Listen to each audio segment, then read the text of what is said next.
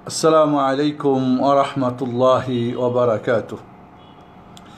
الحمد لله والصلاة والسلام على رسول الله وعلى آله وصحبه ومن والاه أما بعد.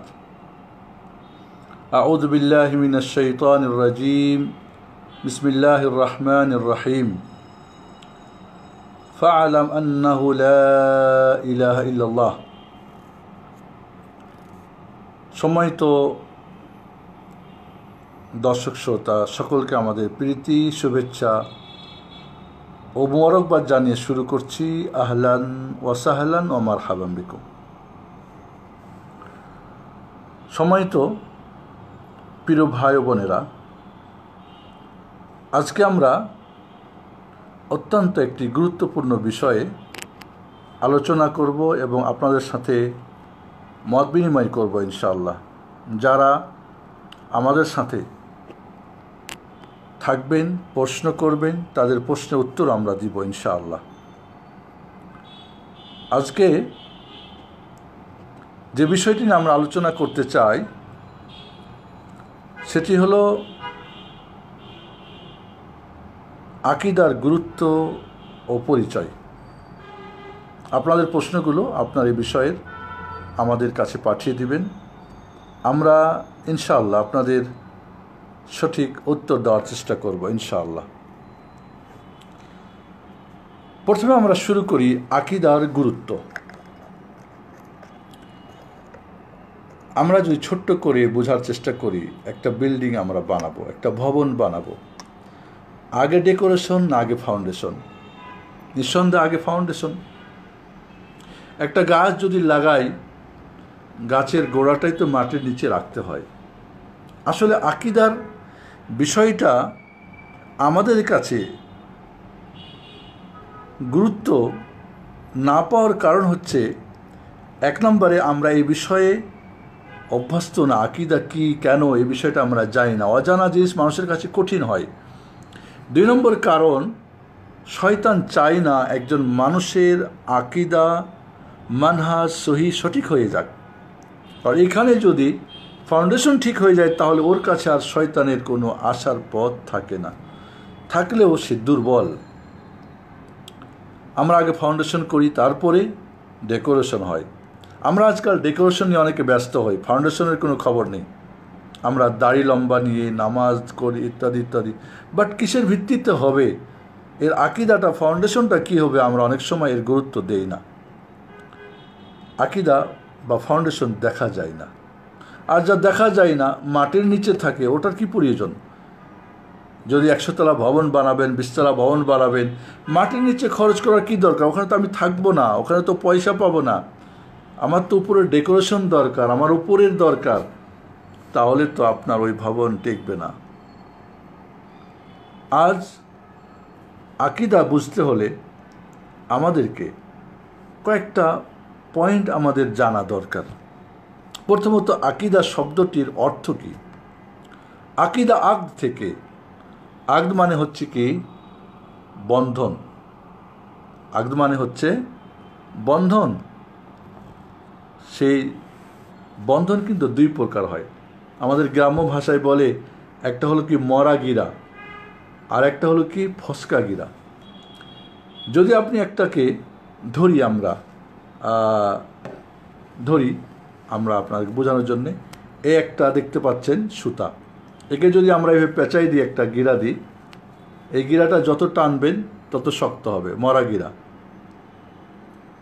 এটা কিন্তু আকদ বলে না, এই আকদ বলে এটাই হলো কি, এই গিরাটা যত টানবেন তত এটা শক্ত হবে, মজবুত হবে। বাট আরেকটা গিরা আছে যেটাকে ফসকা গিরা বলে। যেমন ধরেন, আমি গিরা দিচ্ছি, দেখেন এই গিরাটা যদি আপনি টান দেন দেখবেন আস্ত খুলে যাবে। আকীদা হলো কি মরা গিরা। সেটা হচ্ছে যে আকদ একটা বন্ধন, শক্ত বন্ধন, যেটা খুলিবার না, কখনোই খুলিবে না। সেটা অ্যাটম বম দিয়েও, কুড়াল দিয়েও, আর কোনো মহাশক্তি পরাশক্তি দিয়ে একে খোলার কোনো সুযোগ নেই। এই গিরা বন্ধন হয়ে যাবে এই বন্ধন আর জীবনই খুলবে না। সেই আকদ, সেই আকিদা, সেই বন্ধন কার সাথে? মহান রব্বুল আলামিনের সাথে। বিশ্বাস ইমানের সাথে, ইমানের মাঝের বন্ধন, ইমানের বন্ধন, আল্লাহর সাথে বন্ধন, রাসূলের সাথে বন্ধন, দ্বীনের সাথে বন্ধন, আখিরাতের সাথে সম্পর্ক বন্ধন। একটা ছেলে আর একটা মেয়ের যখন বিয়ে হয়, আকদনামা বলি আমরা। আকদ মানে কি? বন্ধন দেওয়া হয়। এদের যত সুখ দুঃখ, যত জীবন, এদের দাম্পত্য জীবন যত বেশি হবে, ততই তাদের বন্ধনটা মজবুত হবে। এজন্য বন্ধুরা, তাহলে আমরা বুঝি যে একটা গিফট যখন দেওয়া হয়, দুইটা জিনিসের জোড় দেওয়া হয়, বন্ধন করে দেওয়া হয়, এটা যত বেশি মজবুত হবে তত সেটা বেশি কার্যকর হবে। আল্লাহর সাথে আমাদের বন্ধন, ধরি আমরা একটা ঘোড়া, একটা হাতি, একটা গরু, একটা ছাগল, যে কোনো একটা পশু, আমরা যদি তাকে 10 হাত একটা দড়ি দিয়ে বেঁধে দিয়ে আমরা একটা খুঁটির সঙ্গে বেঁধে দিই, তাহলে ও কিন্তু এই 10 হাতের ভিতরেই ঘুরবে, এর বাইরে যেতে পারবে না। আমাদের আকীদা মানে কি? আমাদের একটা বন্ধন, একটা সীমারেখা, এর বাইরে যাওয়ার আর কোনো সুযোগ নেই, এর আগে পরে সামনে পিছনে হওয়ার সুযোগ নেই। এই জন্যে শরীয়তের পরিভাষায় আকদ বলা হয়, আকীদা বলা হয়, ওয়াল ঈমানুল জাযিম লা ইয়াতাতাররাকু ইলাইহি শাক ওয়ালা শাইবা ওয়ালা শুবহা। এমন একটা মজবুত ঈমানি বন্ধন যেখানে কোনো প্রকার সন্দেহ, কোনো প্রকার কপটতা, নেফাকি, কোনো প্রকার বাইরে একটা ভিতরে একটা, তা না। আমরা জানি দুবাইয়ের সেই উঁচুতল ভবন, একেবারে লাস্টের ইটটাও কিন্তু নিচের ইটটার সঙ্গে তার একটা সম্পর্ক। ওই যে বলে আমি অনেক ওপরে চলে গিয়েছি, আমার নিচের দরকার নাই, জানলা দরলা ভিতরের যত ডেকোরেশন আছে এগুলির বলে যে না ফাউন্ডেশন আমার সঙ্গে সম্পর্ক নেই, তো ধূলিসাৎ হয়ে যাবে, সে তছনছ হয়ে যাবে। অবশ্যই তাকে ফাউন্ডেশনের সাথে তার সম্পর্ক থাকতে হবে। এজন্য বন্ধুরা, আকীদা এটা হলো মেইন জিনিস, মূল জিনিস। সমস্ত নবী রসুল তাদের দাওয়াতের শুরুটাই আকীদা দিয়ে, আমল দিয়ে না, আখলাক দিয়ে না, আদার্স বিষয় দিয়ে না। আগে ফাউন্ডেশন। একটা ঘর বানাতে যেমন ফাউন্ডেশন আগে, এরপরে ডেকোরেশন, ঠিক ইসলামী আকীদারও তাই, যে আপনার বন্ধনটা আল্লাহর সাথে, রাসূলের সাথে, আপনার বন্ধনটা মুমিন মুসলমানদের সাথে, আপনার বন্ধনটা ইবাদতের সাথে ইত্যাদি, এটা অত্যন্ত মজবুত হতে হবে। এখানে কোনো প্রকার নড়চড় করা যাবে না। এই জন্যে নবী রসুলগুন আলাইহিমুসসালাতু ওয়াসসালাম প্রথমে আকীদার দাওয়াত শুরু করেছেন। কুলু লা ইলাহা ইল্লাল্লাহ ইয়া আইয়ুহান নাস কুলু লা ইলাহা ইল্লাল্লাহ। মুহাম্মদুর রাসূলুল্লাহ দেখবেন কোরআনে, মা ইয়া কওমি মা লাকুম মিন ইলাহিন গায়রুল্লাহ, মা লাকুম মিন ইলাহিন গায়রুল্লাহ উবুদুল্লাহ ওয়াত্তাকু। তাহলে সমস্ত নবী রসুল মা লাকুম মিন ইলাহিন গায়রুহ, আল্লাহ ছাড়া কোনো ইলাহ নেই, আকীদার কথাটাই আগে, লা ইলাহা ইল্লাল্লাহ। আল্লাহ নবী আলাইহিস সালাতু ওয়াস সালাম তাওহীদের আকীদার দাওয়াত শুরু করলেন। মক্কার কাফের মুশরিকরা বলল, এটা বাদ দিয়ে অন্য কিছু, তুমি নারী চাও সুন্দরী, নারীর টোপ দেওয়া হলো, তুমি গদি চাও, তোমাকে গদির টোপ দেওয়া হলো, তুমি অর্থকড়ি চাও, তোমাকে অর্থকড়ি টাকা পয়সা দেওয়া হবে, তুমি এই আকীদার কথা বাদ দাও, তাওহীদের কথা বাদ দাও, এই সমস্ত পরকাল আবার হবে, এই সমস্ত বাদ দাও। দেখা গেল যে আল্লাহ নবী আলাইহিস সালাতু ওয়াস সালাম বললেন, না, যদি এক হাতে সূর্যটা এনে দাও, এক হাতে যদি তোমরা চন্দ্রটা এনে দাও, তবে আমি অন্য কিছু চাই না, আমি নারী চাই না, আমি নারী লোভী নই। শয়তানের 3টা লোভনীয় টোপ, নারী, অর্থ এবং গদি, এই 3টি টোপ আজও দেওয়া হয়। ধর্মীয় ময়দানেও এই টোপগুলো কাজ করতেছে। এর মাধ্যমে মানুষ আকীদা থেকে বিচ্যুত হচ্ছে, আকীদা বাদ দিয়ে অন্য কিছুর দাওয়াত করতেছে। এজন্যে আজ দেখা যায় যে আকীদার বিষয়টা ডানে বামে রেখে দিয়ে, ফাউন্ডেশন দেখা যায় না, মাটির নিচে, খরচ বেশি, সময় লাগে বেশি, এটার কোনো কাজে আসে না, এমনটা ভেবে একে অ্যাভয়েড করা হচ্ছে। কিন্তু আল্লাহ নবী যখনই কোথাও দাওয়াত দাঈ আল্লাহ পাঠাতেন, মুআয বিন জাবালকে যখন পাঠালেন, যখন মুসাব ইবনে উমাইরকে মদিনায় পাঠালেন, ইয়ামানে পাঠালেন মুআয বিন জাবালকে, আবু মুসা, অন্যান্য সাহাবীদেরকে, আউয়ালু মা তাদউ ইলা কালিমাতিত তাওহীদ, ইলা লা ইলাহা ইল্লাল্লাহ, ইলা শাহাদাতি আল্লা ইলাহা ইল্লাল্লাহ। এই জন্য প্রথম ফাউন্ডেশন করতে হবে, প্রথম আকীদা ঠিক করতে হবে, সংশোধন করতে হবে। আকীদার সম্পর্ক গুরুত্ব দারুণ, কারণ আপনার এই আকীদায় নির্ভর করবে আপনার ইবাদত। ইবাদত, করণীয় ইবাদত আপনি করবেন কেন? আপনার আকীদার সঙ্গে সম্পর্ক, আল্লাহর সাথে, পরকালের সাথে, গায়েবী বিষয়ের সাথে, রসুলের সাথে, শাহাদাতানের সাথে, যেটা আমরা পরে পরিচয় বলবো। কারণ এর উপরে ভিত্তি করে আপনার ইবাদত ভালো আর মন্দ করবে। ভালো কাজ ছাড়া মন্দ কাজ, ভালো কাজ করা, মন্দ কাজ ছাড়া দুটোই ইবাদত। যখন একজনের আকীদা ঠিক হবে, সঠিক হবে, তখন সে ভালো কাজে অগ্রগামী হবে এবং পাপের কাজে পশ্চাৎগামী হবে। কিন্তু আজ যখন আকীদা নাই, বাহ্যিক কিছু নিয়ে আমরা ব্যস্ত, তখন কিন্তু মানুষ ভালো কাজ ছাড়তেও যেমন কিছু মনে করে না, পাপের কাজ করতেও কিছু মনে করে না। আকীদাই তার বলে দেবে রাসূলের সঙ্গে সম্পর্ক।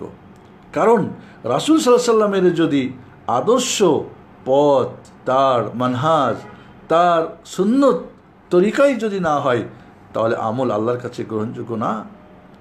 আকীদাই বলে দিবে তার পরকালের সঙ্গে, পরকালের জয় পরাজয় এই আকীদার উপরই নির্ভর করবে।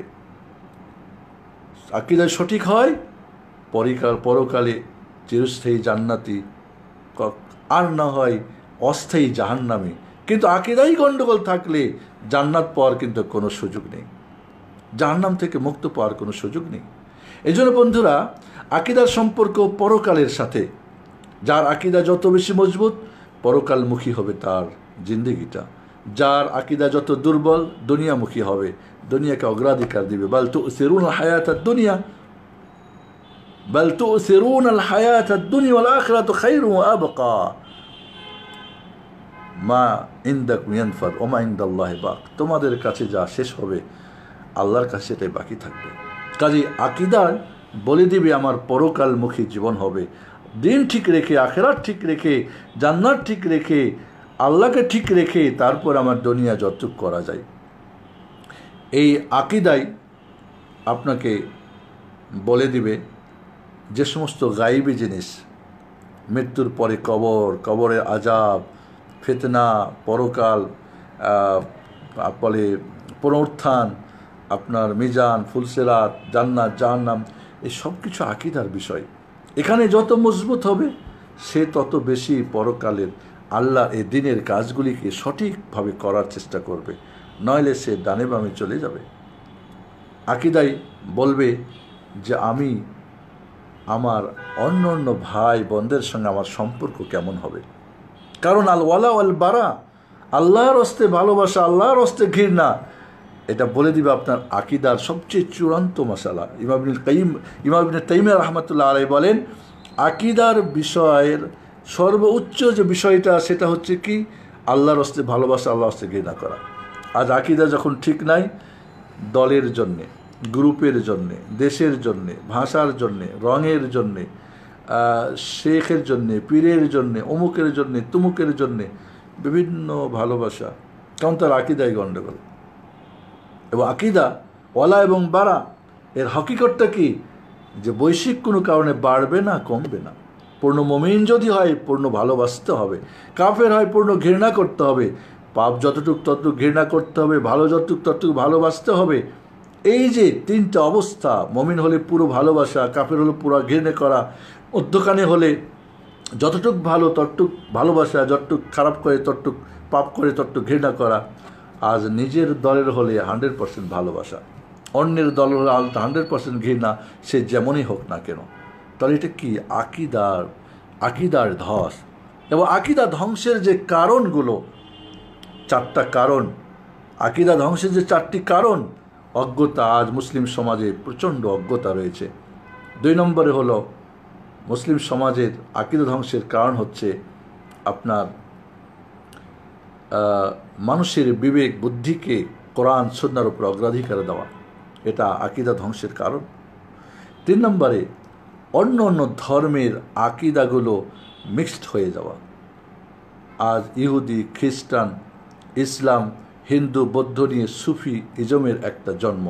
এটা আকিদা হয়ে গেছে। আজ কোরআন সুন্নাহর আকিদা বাদ দিয়ে যার যার, কেউ নকশাবন্দিয়া, কেউ চিস্তিয়া, কেউ মাতুরিদিয়া, কেউ মুরজিয়া, কেউ আশারিয়া, কেউ খারেজিয়া, কেউ শিয়া, রাফিজিয়া, আজ বিভিন্ন আকিদায় বিভক্ত। কারণ আকিদা মূল জায়গায় গণ্ডগোল। একটা বিল্ডিং যদি 100 তলা ভবন হয়, তাহলে ফাউন্ডেশন থাকলে সোজা উঠবে, ফাউন্ডেশন না থাকলে ডানে বামে যাওয়াই স্বাভাবিক। ফাউন্ডেশন যখন নাই, তখনই সে ডানে এবং বামে চলে যাচ্ছে, সে তার মূল লক্ষ্য থেকে ডানে বামে চলে যাচ্ছে। আকিদাই বলে দিবে যে একজন মুসলিমের সঙ্গে আমার সম্পর্ক কী হবে, একজন কাফেরের সঙ্গে আমার সম্পর্ক কী হবে। আমার আকিদাই আমাকে আমার জীবনের লক্ষ্য স্থির, আমার এইম, আমার এই জীবনের সৃষ্টি কেন, আমার কেন সৃষ্টি করা হয়েছে, আমি কোথায় যাব, কার কাছে যাব, আমার লক্ষ্য উদ্দেশ্য কী ইত্যাদি সব কিছু আকিদাই মানুষকে সুন্দর করে দেখিয়ে দিতে পারে। আকিদাই গণ্ডগোল থাকলে কোনোভাবেই সম্ভব না, তার এসব এলোমেলো হয়ে যাবে। আকিদাই যেমন ইবাদতের সঙ্গে সম্পর্ক, আকিদা আপনার আখলাক চরিত্রের সঙ্গে সম্পর্ক, আকিদার সম্পর্ক আপনার মুআমালাতের সাথে, লেনদেন ইত্যাদি, আকিদার সম্পর্ক আপনার লাইফ স্টাইলের সাথে, আপনার আখিরাতমুখী লাইফ স্টাইল বানাতে পারে আকিদা বিশুদ্ধ থাকলে। আপনার ইবাদত সঠিক হবে আকিদা বিশুদ্ধ থাকলে, আপনার আখলাক সঠিক হবে, চরিত্র আল্লাহর সাথে, নিজের সাথে, মানুষের সাথে যে আখলাক, সেটা আপনার এই আকিদা ঠিক থাকলেই হবে। আপনি দেখেন জাহেলিয়াতের বর্বর যুগের মানুষগুলো আকিদা সংশোধনের যখন কাজ করলেন মুহাম্মদুর রাসূলুল্লাহ সাল্লাল্লাহু আলাইহি ওয়াসাল্লাম, যারা জীবন্ত কন্যা সন্তানকে হত্যা করত, তারা ওই কন্যাকে বাঁচানোর জন্য নিজের জীবন দেওয়া শুরু করলো। যারা অন্যের লুটে নিত, তারা নিজের সমস্ত মালকে অন্যের জন্য দেওয়া উৎসর্গ করার জন্যে ওয়ায়ুসিরুনা আলা আনফুসিহিম ওয়ালাউ কানা বিহিম খাসাসা। আপনি দেখেন আকিদা যখন ঠিক হয়েছে, সঠিক হয়েছে, তখন আমরা দেখতে পাই যে বেলালের মতো মানুষকে কত প্রহার, কত অন্যায়, অবিচার, জুলুম, কিন্তু তাকে তার সঠিক লক্ষ্য স্থির থেকে এক চুল সরাতে পারে নাই। সুমাইয়াকে হত্যা করেছে, সরে যায় নাই। আম্মার ইয়াসির রাদিয়াল্লাহু 2 পায়ে 2 ঘোড়া বেঁধে 2 দিকে চালিয়ে দিয়েছে, 2 খণ্ড হয়েছে, কিন্তু সঠিক থেকে বেঠিকে যাওয়ার কোনো সুযোগ নেই। আকিদা যখন ঠিক হয়েছে, খাব্বাব এবং খোবাইবের ইতিহাস পড়েন। খাব্বাবকে যখন খাব্বাব রাদিয়াল্লাহুকে আগুন দিয়ে জ্বালিয়ে তাকে দিন থেকে সরাতে চেয়েছে, কিন্তু সরাতে পারে নাই। চামড়া পুড়েছে, গোস্ত পুড়েছে, হাড্ডি পুড়েছে, তারপরে সে মরে নাই। যখন আকিদা ঠিক রয়েছে, তখন কিন্তু দেখা গেছে যে ওমর কি বলে আবু বকর রাদিয়াল্লাহু তাআলা আনহু তার সমস্ত সম্পদ আল্লাহর রাহে খরচ করে দিয়েছে। খাদিজা সব কিছু দিয়েছে রাদিয়াল্লাহু আনহা। আমরা আকিদা যখন সঠিক থাকে, তখন দেখেন আলী রাদিয়াল্লাহু তাআলা আনহু কি কঠিন এক মুহূর্তে রাসূলের বিছানায় শুয়ে গেলেন হিজরতের রাত্রিতে। কারণ সে জানে আমার জীবন মরণ উপর আল্লাহর হাতে, আমার ফয়সালা ওইখান থেকে হয়, নিচে কোথা থেকে ফয়সালা হয় না। যখন আকিদা ঠিক থাকে, টেনশন মুক্ত জীবন হয়। আকিদা যখন ঠিক থাকে, তার জীবনে কোনো সুখ, খেয়েও যে সুখী, দুঃখেও সে সুখী, খেয়েও সুখী, না খেয়েও সুখী, অনেক কিছু থাকলেও সে সুখী, আর নিঃস্ব হলেও সুখী। আকিদা ঠিক হলে, সুহাইব রুমিকে বলে কাফেররা বলল, তোমার সমস্ত সম্পদ দিয়ে দাও, তাহলে তোমার মদিনার রাস্তা ছেড়ে দেব। বলে ঠিক আছে, যাও, সব নিয়ে নাও, ছেড়ে দাও। রিক্ত হস্তে মহাজির হজরত করলেন, তার কোনো আফসোস নেই। আজ আমরা একটুতে আফসোস করি, একটুতে ভেঙে পড়ি, একটুতে টেনশন করি, একটুতে একে দোষাই, ওকে দোষাই। আজ আমাদের জীবনের শুধু টেনশন আর টেনশন। আমাদের জীবনে আজ অশান্তি। করোনা এসেছে, আরে করোনা তো একটা কারণ, সাবাব, মুসাব্বাব আপনি যাকে আক্রান্ত হচ্ছে, আর মুসাব্বিব যিনি এই আক্রান্ত করেন। তা আপনার আকিদা যদি ঠিক থাকে, এত টেনশন কিসের? আমাকে সাবধান থাকতে বলা হয়েছে, আমি মাস্ক পরবো, আমিও এটা ওটা, আমি দূরত্ব বজায়, আমি যাব না, আমি ইত্যাদি। আপনাকে কোয়ারেন্টাইনে থাকতে বলা হয়েছে, আইসোলেশন ইত্যাদি। কিন্তু আপনার এই না, করোনার ভয়ে মানুষ এখন কি হয়েছে, এক শ্রেণীর মানুষ করোনা কিছুই মনে করছে না, আরেকজন মানুষ করোনার জন্য যেন জীবন শেষ। না, মুমিনরা তাদের ব্যালেন্সের জীবন, আকীদা ঠিক থাকলে একটা ব্যালেন্সের জীবন তৈরি হয়, না বাড়াবাড়ি না ছাড়াছাড়ি। করোনা এসেছে, আল্লাহর পক্ষ থেকে আযাব, তওবা করি বেশি করে, তওবা ইস্তেগফার করি, দান খয়রাত করি, আমরা বেশি করে আমর বিল মারুফ করি, সৎ কাজের আদেশ, অসৎ কাজের নিষেধ করি, আমরা দান খয়রাত করি, আপদ বিপদ দূরের আল্লাহর কাছে দোয়া করি। এরপরে যদি ফয়সালা হয়, কারণ তিনি মুসাব্বিব, তিনি এই কারণ দাতা। সবাব করোনা, করোনা একটা কারণ, এটা সংক্রামক কারণ, কিন্তু সংক্রামক কাউর কাছে মধ্যে হবে যতক্ষণ পর্যন্ত সংক্রামককারী আল্লাহ যতক্ষণ পর্যন্ত নির্দেশ না করবেন, অনুমতি না দিবেন, ততক্ষণ পর্যন্ত করবে না। এই জন্য দেখা গেছে সাধারণ মানুষ কই, আজ আমরা আমাদের আকীদা ঠিক না থাকার কারণে কত দলে বিভক্ত, কত দলে বিভক্ত। একটা মেয়ের যখন একটা ছেলের সঙ্গে আগদ হয়, তো একজনকেই তো স্বামী মনে করে, একজনকেই তো স্ত্রী মনে করে। আজ আমরা মনে করছি আমাদের আল্লাহ, বলছি আল্লাহ, কিন্তু আমাদের সম্পর্ক কতজনের সাথে, আমরা কতজনের কাছে গিয়ে ধর্ণা দিচ্ছি, কতজনের কাছে আমরা মাথা পাচ্ছি, কতজনের কাছে আমরা চাচ্ছি, কতজনকে মনে করছে দিতে পারে, নিতে পারে, বাবারে তোর দরবারে কেউ কেউ না খালি হাতে। এই যে আমাদের আকীদার ধস, আজ এত দল কেন, এত মত কেন, এত পথ কেন? আকীদার ধস। মনে রাখবেন, যারা সহি আকীদার মানুষ, তারা আকীদার কথা বলবে, তারা আহকামের কথা বলবে, তারা গুরুত্ব দিবে। কারণ প্রতিটি মানুষের আকীদা জানা ফরজ, আহকাম জানা ফরজ। তফসির যদি না জানেন, আরবি ভাষা না শিখেন, সিরাত না পড়েন, আপনি সমস্যা নেই। যদি দেখবেন বাতিল ফিরকারা কেসা কাহিনী ফজিলত অমুক তুমুক নিয়ে ব্যস্ত, আকীদার ডানে, আকীদাকে এড়িয়ে এড়িয়ে চলবে। আকীদার বিষয়ে এদের কোনো বই পাবেন না, আলোচনা পাবেন না, এরা শুধু ডানে বামে চলবে। এই জন্য বন্ধুরা, অত্যন্ত আজকে একটা গুরুত্বপূর্ণ বিষয়, যেটা আমাদের আজ গ্লোবাল পিস ফাউন্ডেশনের পক্ষ থেকে আমাদের কি বলে আসিফ আনোয়ার ভাই যে বিষয়টা দিয়েছেন, অত্যন্ত গুরুত্বপূর্ণ।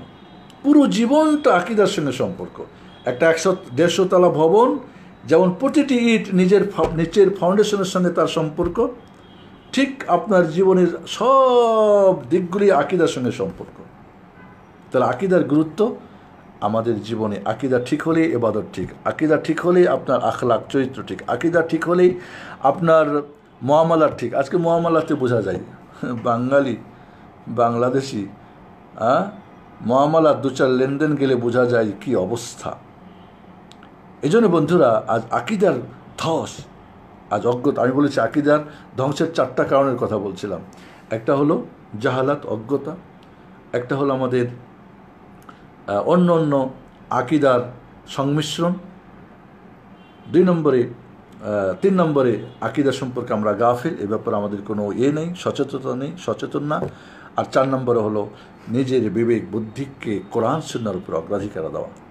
আজ এই 4টা কারণ 100% আমাদের মাঝে, মুসলমানদের মাঝে, বেশিরভাগ মুসলমানদের মাঝে কাজ করতেছে। এই জন্য আমি বলবো যে আকীদা আগে ঠিক করেন, আগে ফাউন্ডেশন দেন, তারপরে বিল্ডিং বানান, তারপরে কি আপনাকে ডেকোরেশন করেন। আমরা দাড়ি নিয়ে ব্যস্ত, আমি বলছি না দাড়ির গুরুত্ব নেই, আমরা জুব্বা গুব্বা নিয়ে ব্যস্ত, আমরা বাহ্যিক যেটা মানুষ দেখবে সেটা নিয়ে ব্যস্ত, বাট যেটা আল্লাহ দেখবেন, অন্তর্জামিন আলিম বিজাতি শুধু, সেটা আমাদের কোনো গুরুত্ব নেই। এই জন্য বন্ধুরা, আকীদার বিষয়টাকে আমাদের জীবনের সব ক্ষেত্রের সঙ্গে সম্পর্ক। স্বামী আর স্ত্রীর ইজাব কবুল হয়েছে, দুজনে একটা সম্পর্ক হয়েছে, এই 40 বছর, 50 বছর, 60 বছর, প্রতিটি মুহূর্তেই ওই যে ইজাবার কবুল, স্বামী আর স্ত্রীর যে একটা বন্ধন হয়েছে, এই বন্ধনের সঙ্গে কিন্তু সম্পর্ক। ভালো কাজ করলেও, মন্দ কাজ ছাড়লেও, সংসারে সুখে দুঃখে, ঠিক মহান রব্বুল আলামিনের সাথে আমরা যে আকদ, আমাদের আল্লাহর সাথে যে আমাদের একটা গভীর সম্পর্ক হবে, ঈমানি সম্পর্ক, যে কোনো সন্দেহ থাকবে না, সংশয় থাকবে না, কোনো কপটতা থাকবে না, বাইরে একটা ভিতরে একটা থাকবে না।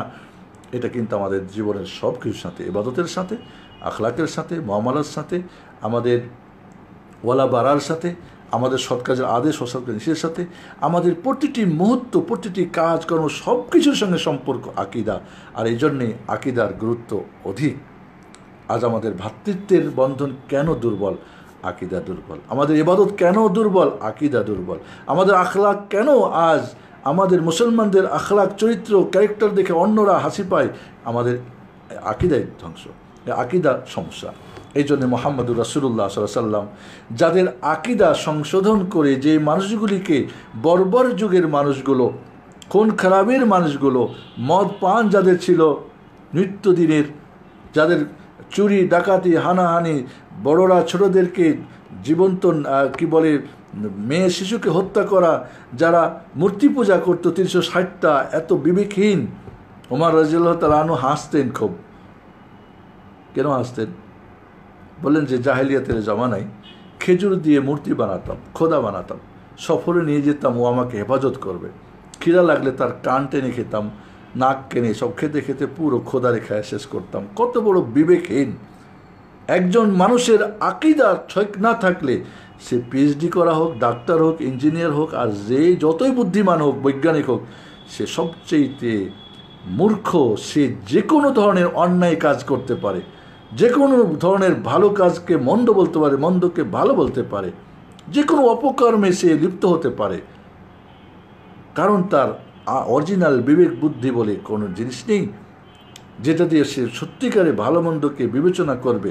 এজন্য প্রিয় ভাই বোনেরা, আপনাদেরকে বলবো যে আকিদার গুরুত্ব, এই বিষয়টা বুঝিয়ে আমি এই অল্প সময়ে শেষ করতে পারবো না। চলুন আকিদার পরিচয়। আকিদা মানে কি? আমরা আগে বলেছি যে খুব শক্ত দৃঢ় ঈমান, যেখানে কোনো সন্দেহ, কোনো কপটতা, কোনো দুর্বলতা, কোনো সেখানে কিছু থাকবে না। আর আপনারা জানেন ফাউন্ডেশন বানালে কী করতে হয়? ঘরের একটা ফাউন্ডেশন বানাতে সময় লাগে বেশি, পাথর দিতে হয়, মশলা দিতে হয় বেশি, কাজ সময় লাগে, ইঞ্জিনিয়ার লাগে।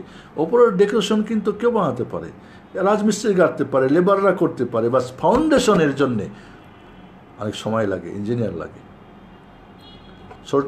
আপনার কি এখানে তার মাটি টেস্ট করতে হয়, ইত্যাদি ইত্যাদি বিষয়গুলো। তাই এই জন্য আমরা বলবো যে আকিদাকে এড়িয়ে যারা এই ডানে বামে বুঝবেন তারা বাতিল। যারা আকিদার গুরুত্ব দিচ্ছে না তারা বুঝতে হবে তারা বাতিল ফিরকা, কোনো সন্দেহ নেই। এই জন্য বন্ধুরা আকিদার বিষয়টাকে গুরুত্ব দিতে হবে, জানার চেষ্টা করতে। আকিদার পরিচয় সংক্ষিপ্তভাবে আমরা পরিচয় দিই। আকিদা পরিচয় শাহাদাতাইন, যেটা আশহাদু আল্লা ইলাহা ইল্লাল্লাহ ও আশহাদু আন্না মুহাম্মদ রাসূলুল্লাহর সঙ্গে এবং এর যে দাবির সঙ্গে এর সম্পর্ক। আশহাদু আল্লা ইলাহা ইল্লাল্লাহ মানে কি? আমি সাক্ষ্য দিচ্ছি আল্লাহ ছাড়া সত্য কোনো মাবুদ নেই। অর্থাৎ আমার জীবনের যা কিছু করণীয় বর্জনীয় কার জন্যে? উপরওয়ালার জন্য। আমার জীবন, আমার মরণ, কুলিন্না সলাতি অনুসিক ও মাহি মোহাম্মদুল্লাহ রাব্বিল আলামিন, আমার জীবনের সব সেক্টর উপরওয়ালা কীভাবে চাই, চাই করলাম, চাই না ছাড়লাম। এই হলো আকিদার সম্পর্ক। আজ আমরা করি কি? তিনি যা চান তা ছাড়ি, তিনি যা চাই না তা করি। এর মানে কি আকিদা ঠিক আছে? ঠিক নেই। আর এই যে আল্লাহর জন্য আমি করব ছাড়বো, একটা তার পদ্ধতি লাগবে, একটা প্ল্যান লাগবে। কোনটা করব, কোনটা ছাড়বো, কিভাবে, কোন পর্যায়ে, কোনটা সিরিয়াসলি, কোনটা নর্মালি ইত্যাদি। সেটাই হচ্ছে কি ওয়াশহাদু আন্না মুহাম্মদ রাসূলুল্লাহ, যে মুহাম্মদ সাল্লাল্লাহু আলাইহি ওয়াসাল্লাম সাক্ষ্য দিচ্ছি তিনি একমাত্র আল্লাহ রাসূল, তিনিই রিসালাত, তার কাছে এসেছে। তার পদ্ধতি ছাড়া আমার কোনো করণীয় নেই, বর্জনীয় নেই। কি দাঁড়ালো? আমার জীবনের সব কিছু করণীয় বর্জনীয় একমাত্র আল্লাহর জন্যে। আমার জীবনের সব কিছু করণীয় বর্জনীয় পদ্ধতি শুধুমাত্র মুহাম্মদুর রাসূলুল্লাহর তরিকা, ব্যাস। এটা আমরা কয়জন করেছি? আজ হুজুরির তরিকা, খানকা তরিকা, মাযহাবির তরিকা, কত তরিকা। এটা বলে মুরজিয়ার তরিকা, এটা হলো কি নকশাবন্দির তরিকা, এটা হলো কি অমুক তমুক। আজ আমাদের কোথায় আকিদা ঠিক থাকলো? তাহলে মূল জায়গাতেই গণ্ডগোল, তাহলে সব জায়গাতে গণ্ডগোল থাকবে। ফাউন্ডেশন যদি নড়বড় হয়, উপরে সব নড়বড় হবে। এটাই হলো নিয়ম। আকিদার সম্পর্ক ইমানের 6টি যে রকম রয়েছে, আল্লাহর প্রতি ইমান, ফেরেশতাদের প্রতি ইমান, আসমানি কিতাবসমূহের প্রতি ইমান, নবী রাসূলগণের প্রতি ইমান, ভাগ্যের কি বলে পরকালের প্রতি ইমান এবং ভাগ্যের ভালো মন্দের প্রতি ইমান। আমরা মনে করি আমানতু বিল্লাহ মালাইকাতি কুতুবি ওয়া রুসুলি পড়ে নিলাম, হয়ে গেল না। যখনই বলবেন আমানতু বিল্লাহ, তখন 4টা জিনিস আপনার প্রতি ফরজ হয়ে যাবে। আল্লাহর অস্তিত্বের প্রতি ইমান আনা, আল্লাহর উলুহিয়াতের, আপনারকে আল্লাহর রুবুবিয়াত আমার জীবনে যা কিছু ঘটে গেছে, ঘটছে, ঘটবে, সব কিছু ওইখান থেকেই কন্ট্রোল হয়, আর কেউ করতে পারে না। এটা রুবুবিয়তের প্রতি ঈমান।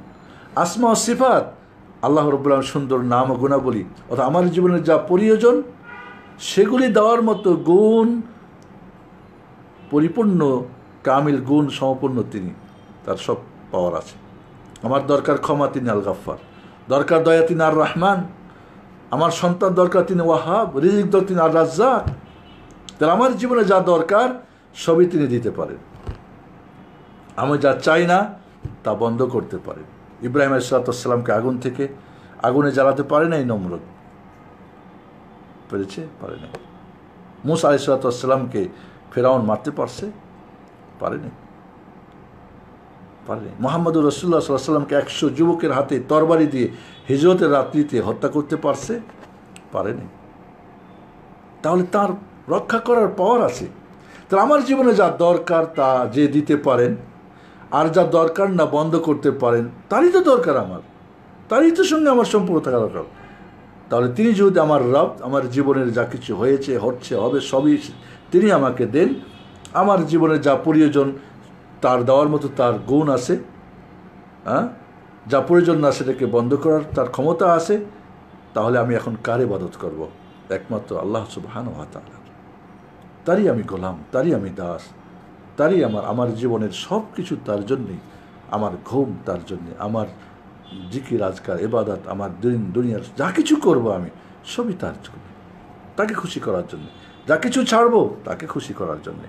তাহলে বন্ধুরা, যখন বলছে আমানতু বিল্লাহ, তাহলে আল্লাহকে এক অস্তিত্ব তার মেনে নেওয়া,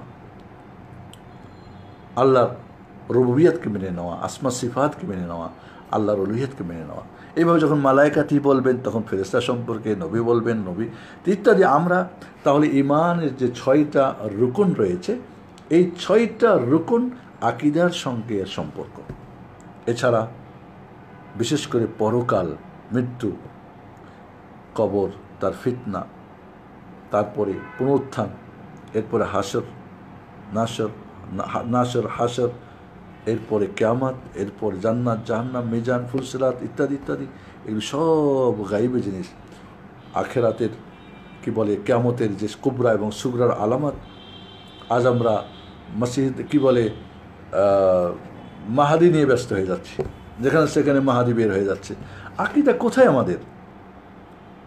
মাহাদি আসবে কখন, কোনটার পরে, কেমনে? যেগুলি গায়েবী জিনিস, গায়েবী, যা কোনো মিডিয়া ছাড়া, মাধ্যম ছাড়া অতীত, বর্তমান, ভবিষ্যতে জানা যায় না। এগুলি গায়েবী জিনিস। এটা একমাত্র আল্লাহর সঙ্গে, আল্লাহ জানেন, আর কেউ জানে না। আজকে গায়েব আল্লাহও জানেন, পীরও জানে, অমুক জানে, নবী জানে। এগুলো কিসের আকীদা? তাহলে গায়েবী বিষয়গুলো, অদৃশ্যের বিষয়গুলো, এটা আকীদার সঙ্গে সম্পর্ক। আকীদার সঙ্গে সম্পর্ক আমাদের আল্লাহ, রাসূল এবং দিন সম্পর্কে, আল্লাহ সম্পর্কে, রাসূল সম্পর্কে যে জ্ঞান, এটা আকীদার সঙ্গে সম্পর্ক। এটা নড়বড়া হবে না, এটাকে মজবুত হতে হবে, স্ট্রং হতে হবে। তো আকীদাকে আমরা শাহাদাতাইনের সাথে যে জিনিসগুলো আসে, আল্লাহর যে হক, রাসূলের হক, আল্লাহর হক দুইটি, একটা নেগেটিভ, একটা পজিটিভ। শিরক নেগেটিভ, লা ইলাহা, শিরকের সঙ্গে আমার কোনো সম্পর্ক নেই। ইল্লাল্লাহ, তাওহীদ, তার পজিটিভ হক।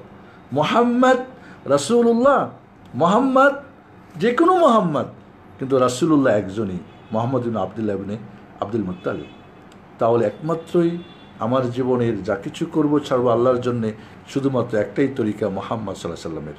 অন্য সমস্ত মুহাম্মদ, সে যেই মুহাম্মদই হোক না কেন, মুহাম্মদ বলতে আমরা বলছি মানুষ, যেই মানুষই হোক, আবু বকর হোক, উসমান, যদি রাসূলের তরিকার বিপরীত তারা গ্রহণযোগ্য হবে না।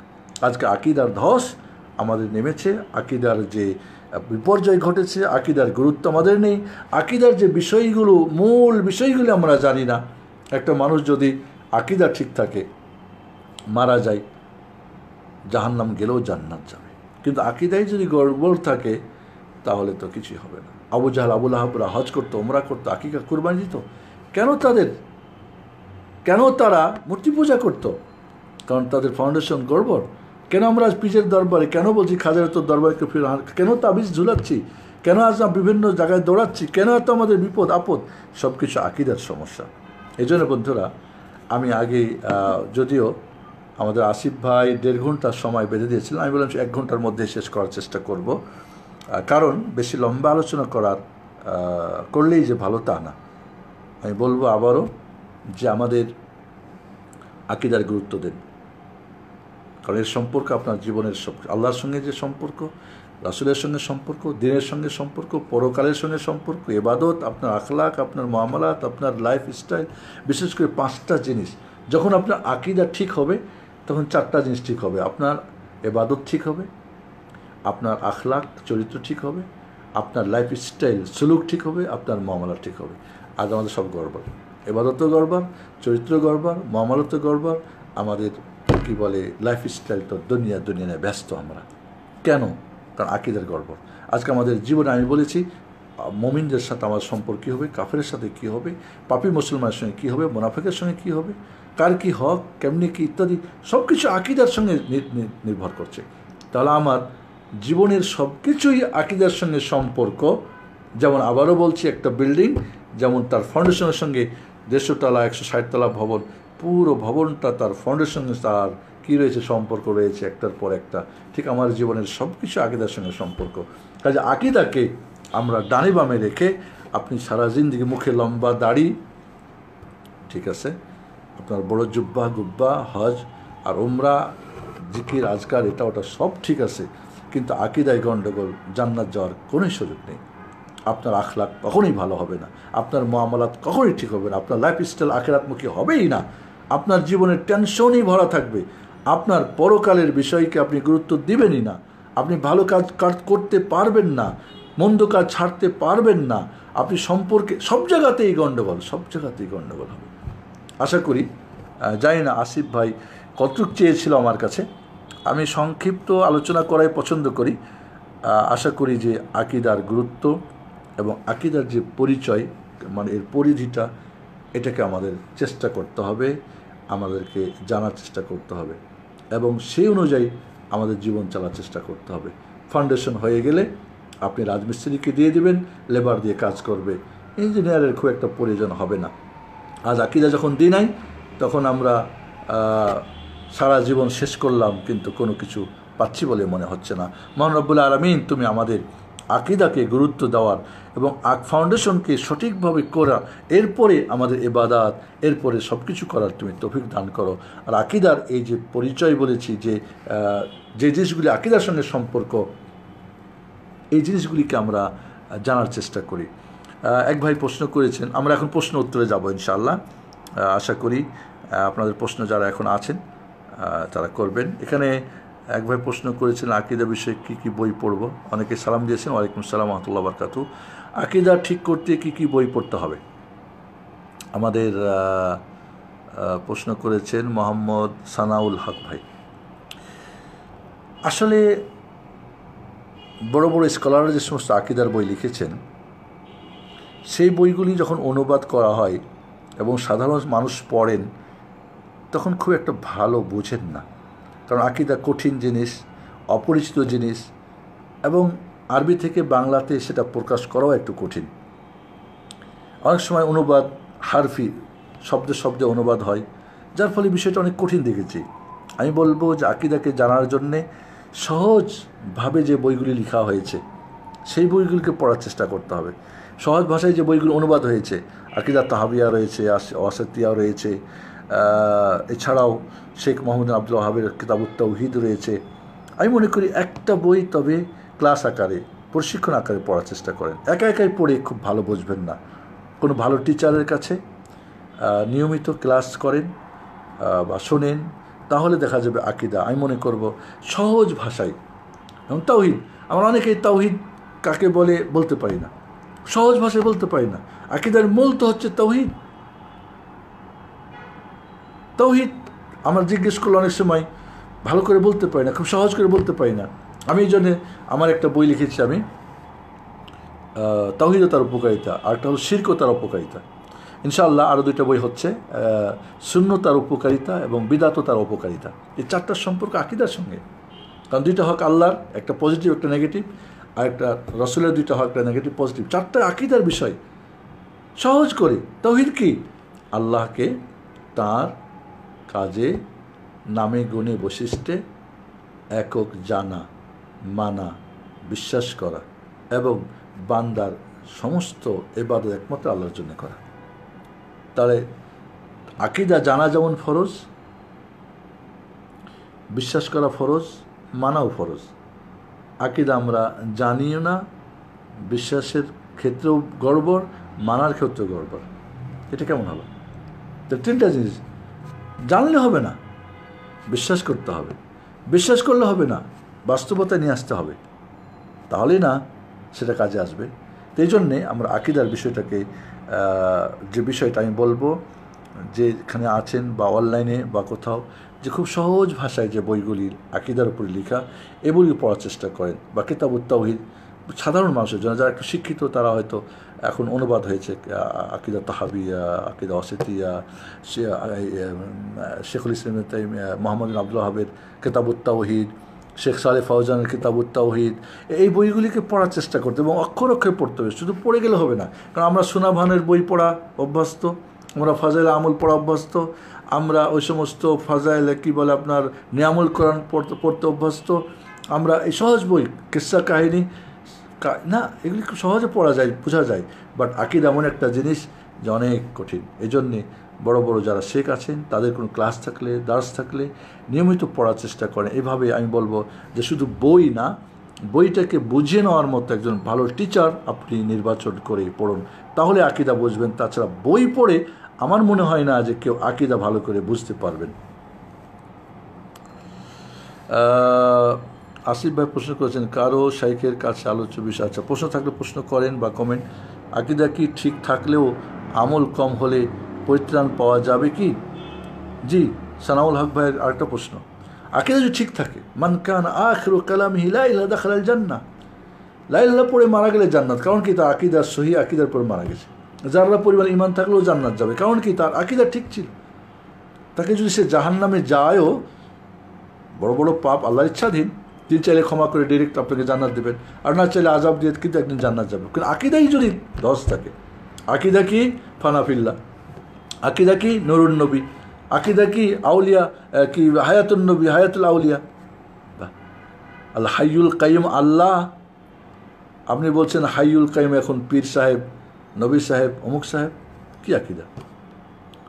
ফানাফিল্লাহ, খালিক মাখলুক সব একাকার হয়ে যায়, এটা কোন আকীদা? এই আকীদা তো ফেরাউনেরও ছিল না, এই আকীদা তো ইবলিস শয়তানেরও না, এটা কোন আকীদা? তাহলে আপনি যখন আকীদার ব্যাপারে গড়বড়, আকীদা আজকে দেখা যাচ্ছে কোরআন মানে হাদিস মানে না, হাদিস মানে বিভিন্ন, আজ মানুষ জাল হাদিস বর্ণনা করছে, কেন? তার আকীদা গড়বড়। সে যদি জানতো যে রেসালাতের দায়িত্ব শুধু মুহাম্মদ সাল্লাল্লাহু আলাইহি সাল্লাম, তাহলে কোনো পীর বুজুর্গ মাসে কোনো হুজুর বুজুর্গের কিছু বলার অধিকার নেই, তাহলে সে কোনো কথা বলতো না। সব আকীদার গড়বড়। এজন্যে বলবো আকীদা যদি ঠিক থাকে, আমার আকীদা কোনটা? কোন আকীদা? যে আকীদা ফেরেশতাদের আকীদা, যে আকীদা সমস্ত নবী রাসূলের আকীদা, যে আকীদা মুহাম্মদুর রাসূলুল্লাহ সাল্লাল্লাহু আলাইহি ওয়াসাল্লাম আকীদা, যে আকীদা সাহাবায়ে কেরাম আজমাইন রাদিয়াল্লাহু আনহুম তার আকীদা, তাবিঈনদের আকীদা, তাবিঈনদের আকীদা, আইম্মায়ে কেরাম, ইমাম আযম আবু হানিফা রাহমাতুল্লাহ আকীদা। আজ আমরা হানাফি দাবি করি, ইমাম আযম আবু হানিফা রাহমাতুল্লাহ আলাইহি আল ফিকহুল আকবার আকীদার বই আমাদের ঘরে নেই, আমরা পড়ি না, জানি না তার আকীদা কি, আমাদের আকীদা কি। ইমাম তাহাবি হানাফি মাযহাবের একজন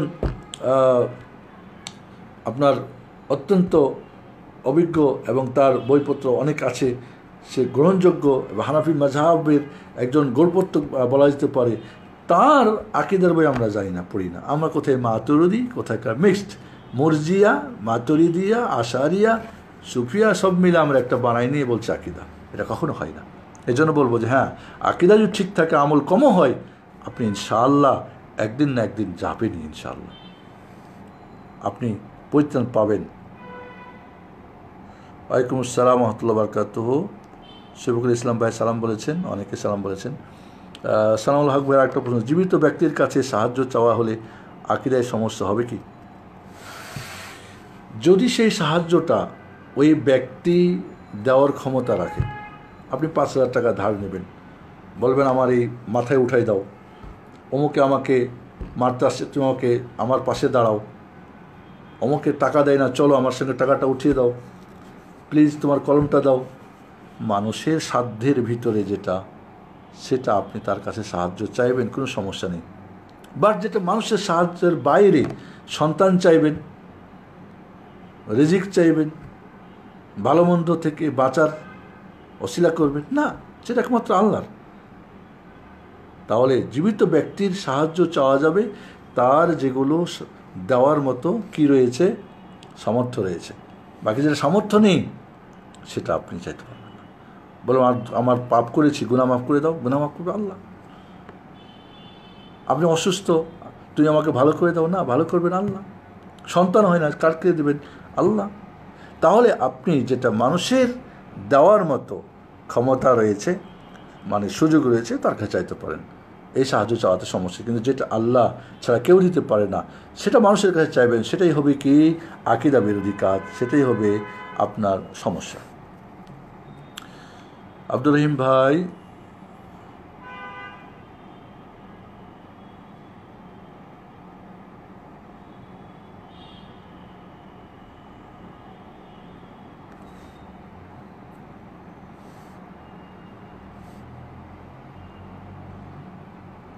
সাফি মোহাম্মদ রহমতুল্লাহ, আলাইকুম আসসালাম রহমতুল্লাহ বরকাত। আল্লাহ তাআলা কি নিরাকার? নিরাকার বলতে কি বুঝি? এটা দুইটা অর্থ হতে পারে। নিরাকার মানে আল্লাহ কোনো মখলুকাতের আকারের মতো তার আকার না, আল্লাহর সৃষ্টি জগতের আকারের মতো তার কোনো আকার না। নিঃসন্দেহে এটা সঠিক কথা। আল্লাহ তার কোনো সৃষ্টি, ফেরেশতা, মানুষ, জিন ইত্যাদি ইত্যাদি কোনো লাইসা কামিসলি সেই, তাহলে আল্লাহ কোনো সৃষ্টির আকারে তার আকারটা না, এটা ঠিক। নিরাকার বলতে যে এটা আমরা বুঝাই তাহলে ওকে। কিন্তু নিরাকার মানে আল্লাহর নিজেরই কোনো আকার নেই, আল্লাহর নিজেরই কোনো আকার নেই, এটা নিঃসন্দেহে এটা কুফরি। এটা কারণ আল্লাহকে অস্বীকার করা। ওই যে বলেছিলাম আমানতু বিল্লাহ বলে 4টা জিনিস ফরজ হয়, আল্লাহর অস্তিত্বকে মেনে নেওয়া। তো কী মানলেন? আল্লাহ দেখেন, কী দিয়ে দেখেন? আল্লাহ শোনেন, কী দিয়ে শোনেন? আল্লাহর হাতের কথা, পায়ের কথা ইত্যাদি যেগুলো আছে সবগুলি তার আল্লাহর মতো। যেহেতু কোনো সৃষ্টিজীবের মতো তিনি না, তো তিনি তার মতো, তার জন্য যেমন উপযুক্ত, তিনি যে মহান তার মতো তিনি শোনেন তার মতো। তাহলে আল্লাহর নিজস্ব আকার রয়েছে, সৃষ্টির আকারের মতো তার কোনো আকার না। এই জন্য নিরাকার শব্দটা বলতে যদি আমরা বুঝি যে আল্লাহ রব্বুল আলামিন কোনো সৃষ্টির আকারের মতো না, তাহলে তো ওকে। বাকি আল্লাহর নিজেরই কোনো আকার নেই, এটা সম্পূর্ণ ভিত্তিহীন, এটা কুফরি পর্যায়ের পাপ এবং এটা বাতিল আকীদার কোনো সন্দেহ নেই। কাজেই আমরা নিঃসন্দেহে প্রতিটি মুসলিম আমরা জানি যে না, আল্লাহ তার নিজের আকার আছে, তিনি তার কোনো সৃষ্টির আকার তার আকার নেই, আকার না। আল্লাহর হাত আল্লাহর মতো, আল্লাহর কান আল্লাহর মতো। যদি সৃষ্টিজীবের যদি একটার সঙ্গে পার্থক্য হয়, হাতির কান আমার কান কি সমান? আমার বলি আর পাখির বলি সমান? আমার দেখা আর কি বলে ওই শকুন পাখির দেখা সমান? আল্লাহর, আমি গাছে উঠি কিভাবে, বাদর কিভাবে ওঠে, আমার চলা সাপের চলা আর বাঘের চলা সমান? তাহলে সৃষ্টির মাঝে কত পার্থক্য! তাহলে স্রষ্টা আর সৃষ্টির মধ্যে কোনো মিল নেই। আল্লাহ বলছেন লাইসা কামিসলি সেই, আল্লাহর রূপ, আল্লাহর মতো কিছু নেই। আল্লাহ বলেন আল্লাহ নেই, আল্লাহর কোনো রূপ নেই, আল্লাহর রূপের মতো কোনো রূপ নেই, তিনি তার মতো। তাহলে আল্লাহ তার আকারের কথা স্বীকার করছে, ওহ সামিউল বাসির, তিনি শোনেন, তিনি দেখেন। তাহলে মহান রব্বুল আলামিন, আমরা আল্লাহ রব্বুল আলামিনকে, নিরাকার শব্দটা আমাদের দেশে এটা অবশ্য বাতিলদের থেকে এসেছে। নিরাকার বলতে আল্লাহর কিছুই নেই, তাহলে তো আল্লাহর অস্তিত্বকে অস্বীকার করলেন। এই জন্যে আমরা যখন বলবো যে আল্লাহ নিরাকার, তখন আমরা এটাই যে আল্লাহ রব্বুল আলামিন কোনো সৃষ্টির মতো তার কোনো আকার না। তাহলে ঠিক আছে, ইনশাআল্লাহ এমনই বিশ্বাস আমরা করব। আর এই শব্দটা বলারই কেমন প্রয়োজন? এটা কোথাও আছে? আল্লাহ নিরাকার এই শব্দটা কি কোরআনে আছে না হাদিসে আছে? কোন কে আছে? তো কেন আমরা শব্দটা ব্যবহার করব? আল্লাহর সিফাত আছে, আমরা মানি।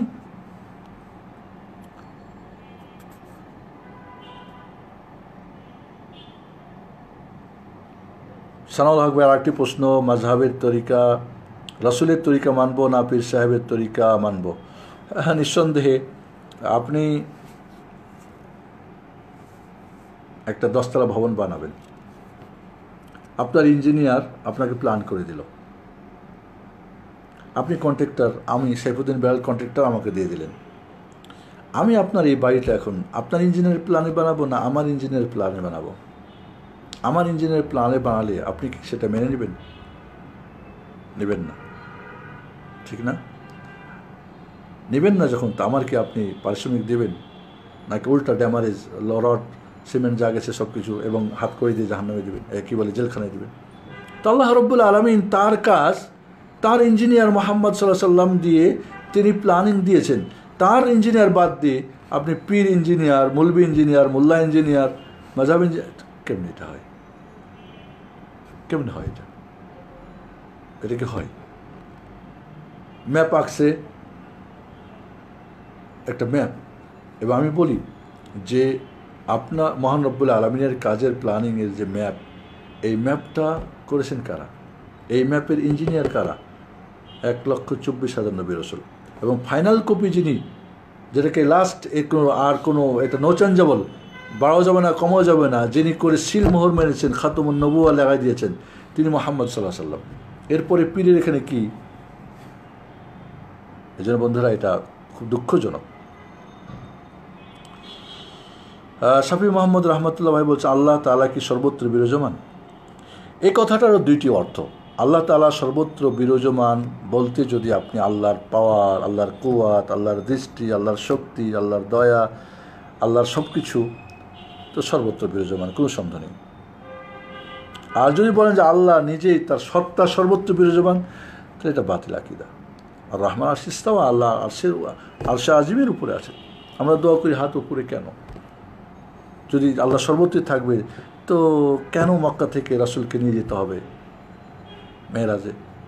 প্রয়োজন নেই। তাহলে আল্লাহ সর্বত্র বিরাজমান বলতে যদি বলি যে আল্লাহর কি বলে দৃষ্টিশক্তি, তার পাওয়ার শক্তি, তার রহমত, তার দেওয়ানো ইত্যাদি সব সর্বত্র আছে, সব জায়গাতে তিনি দিতে পারেন, দেখতে পারেন, শুনতে পারেন সব কিছু, তাহলে ওকে। বাকি আল্লাহর সত্তাই সর্বত্র বিরাজমান, এটা বাতিল। ইমাম আযম আবু হানিফা রাহমাতুল্লাহ আলাইহিকে জিজ্ঞেস করা হয়েছিল যে একজন মানুষ আল্লাহ আরশে আজিমে আছেন এ কথা বিশ্বাস না করলে তার ব্যাপারে আপনার হুকুম কি? বলে ফাকাদ কাফার, কুফরি করল। বলে সে যদি বলে আমি জানি না আল্লাহ কোথায়, বলে সেটাও কুফরি করল, কারণ জানাও ফরজ। আমি আগে বলেছি জানা ফরজ, মানা ফরজ। হ্যাঁ, জানা ফরজ, বিশ্বাস করা ফরজ, মানাও ফরজ। কাজে আল্লাহ সর্বত্র বিরাজমান, যেটা আমাদের দেশে মানে সাধারণ মানুষের কাছে আল্লাহ সব জায়গায় আছে, যদি আল্লাহর সত্তা মনে করে তাহলে এটা অবশ্যই বাতিল আকীদা, কোনো সন্দেহ নেই।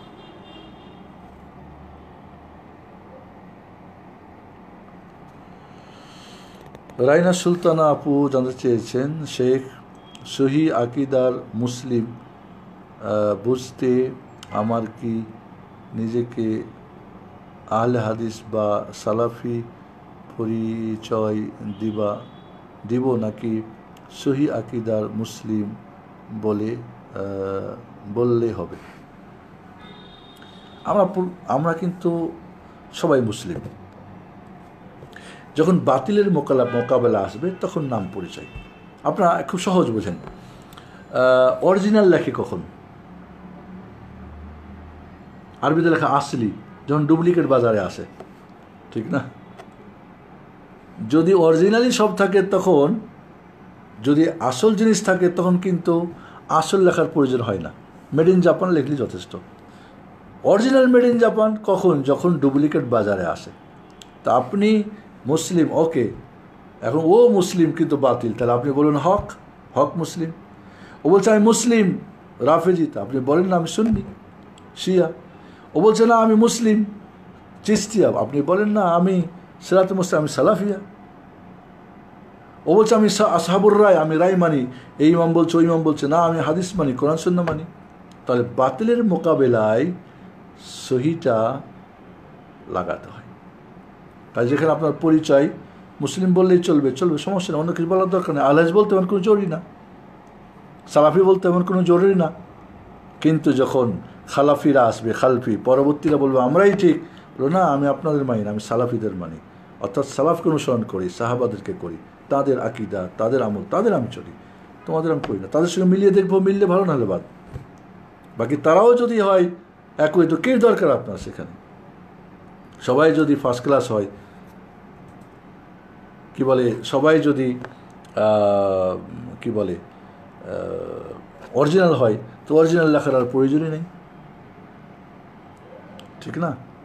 যদি দেখা যায় যে কোনো একজন বাবার অবৈধ সন্তান আছে বা একজন মার অবৈধ সন্তান আছে, তখন তার বৈধ সন্তান বলবে আমি অমুক বাবার ছেলে, কারণ জানে যে সন্দেহ করবে মানুষ, ও একটু আগেও বাচ্চা কাচ্চা হয়েছিল বিয়ে ছাড়াই, তো এটা ওইটা না কোনটা, তখন বলবে না আমার বাবা অমুক। তাহলে বিষয়টা হচ্ছে যে বাতিলের মোকাবেলায়, এবং এটাকে অনেকে লেবেল মনে করে, লেবেল না, এটা আমলের নাম। সালাফি বলেন, আহলে হাদিস কোরআন সুন্নাহর অনুসারী, কোরআন এবং হাদিসের অনুসারী। অনুসরণ করবেন না নামে, ওটা লেবেল তো না। সালাফি, সালাফদের অনুসরণকারী, সালাফদের অনুসরণ করে না, নাম সালাফি, আগে বা পরে কোনো ফায়দা নেই। এই জন্য বলবো যে যখন প্রয়োজন হবে তখনই বাতিলের মোকাবেলায় সবাই মুসলিম ছিলেন, কেউ আনসার, কেউ মহাজির, প্রথম, ঠিক না? আনসার সাহাবি, কি বলে মহাজির সাহাবি, এরপরে মুসলিম। যখন আসলো কি আহলুর রায়, তখন যখন আসলো আহলুর রায়, তখন আহলুল হাদিস, বাতিলের মোকাবেলায় হক আসলো। যখন আসলো কি আহলুল বিদাত ওয়াল ফুরকা, তখন আহলুস সুন্নাত ওয়াল জামাত। বেদাত বানায় আর দল বানায়, কয় না আমরা সুন্নাহ এবং জামাত। যখনই খালফি আসবে খালাফি, তখন সালাফি। যখন আসাবুর রায়, তখন আহলুল হাদিস। তো এইভাবে বাতিলের মোকাবেলায় হক নামটা তখন দেওয়া প্রয়োজন। বাকি নর্মালি আপনি আহলে হাদিস আহলে হাদিস করে চিল্লাবেন, হাদিস মানেন না, বোঝেন না, তো এটা অন্যায় হবে, মিথ্যা হবে।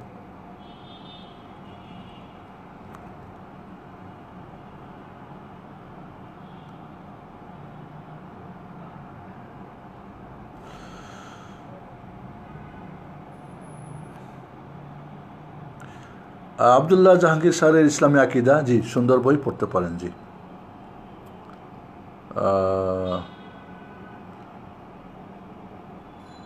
রাইনা সুলতানা আপুর আরেকটা প্রশ্ন, শেখ, যার পীর নাই তার পীর শয়তান, এই কথার ব্যাখ্যা দিবেন প্লিজ। পীর ব্যবসা তো শুরু হলো, পীর শব্দটা ফার্সি, আমাদের দিন তো মেড ইন অ্যারাবিক, ঠিক না? তাহলে ফার্সি দিয়ে আমরা কোথায় কী করবো? ফার্সি মানে ডালমে কুচকালা হয়। এই পীর সিস্টেমটা আসলে ইরান থেকে। তার আগের মুসলিমরা, সাহাবা ইকরামদের যুগে পীর ছিল। ইমাম আবু হানিফার পীরের নাম কি বলেন? বলবেন উনি পীর, তো তার মুরিদদের নাম কি? তাহলে যার পীর নাই তার পীর শয়তান, যার পীর আছে সেও শয়তান হতে পারে, যার পীর নাই সেও শয়তান হতে পারে। কাজে এটা কথা, এটা অত্যন্ত বাতিল কথা। এই ধরনের কথা আমাদের সমাজে প্রচলিত আছে পীর মুরিদি ব্যবসা করার জন্যে। এটা থেকে আমাদেরকে আল্লাহ যেন হেফাজত করেন।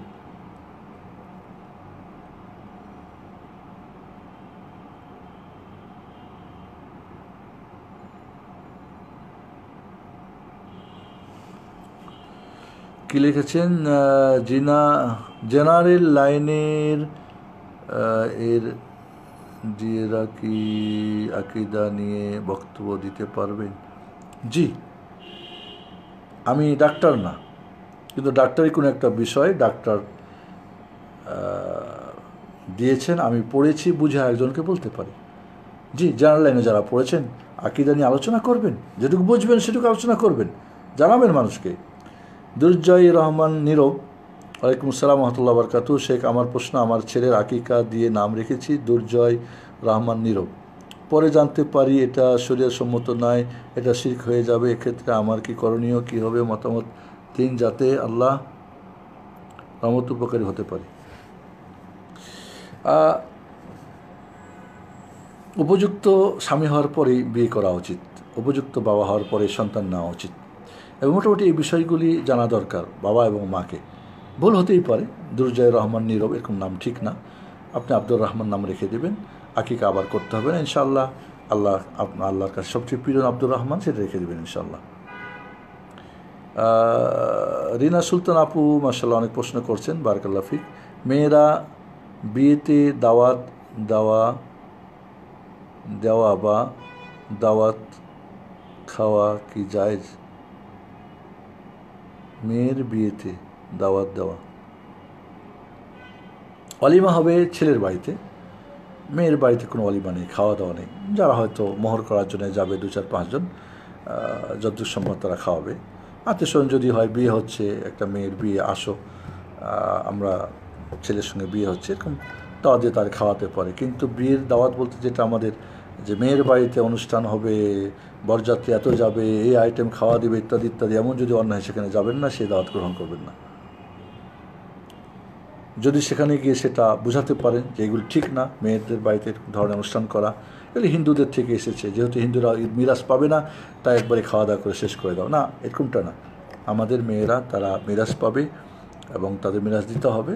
তবে যারা বরপক্ষ, নিয়ম তো হলো বরপক্ষ অলিমার অনুষ্ঠান করবে, সেখানে মেয়ের পক্ষ মেয়েকে সাজিয়ে নিয়ে গিয়ে সেখানে গিয়ে তারাও দুই পক্ষের খেয়ে দিয়ে চলে আসবে, এটা হলো নিয়ম যতদূর সম্ভব।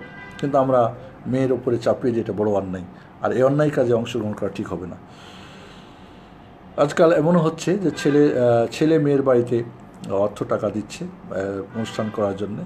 সবচেয়ে ভালো দুইজন হয়তো সহযোগিতা করতে পারেন, ছেলেকে সহযোগিতা করতে পারেন অলিমার ক্ষেত্রে, যে আমি দিলাম অলিমা করো, সেখানে ছেলে মেয়েরা উভয় পক্ষ গিয়ে খাবে, এটা হতে পারে, তবে ডিমান্ড হিসাবে না।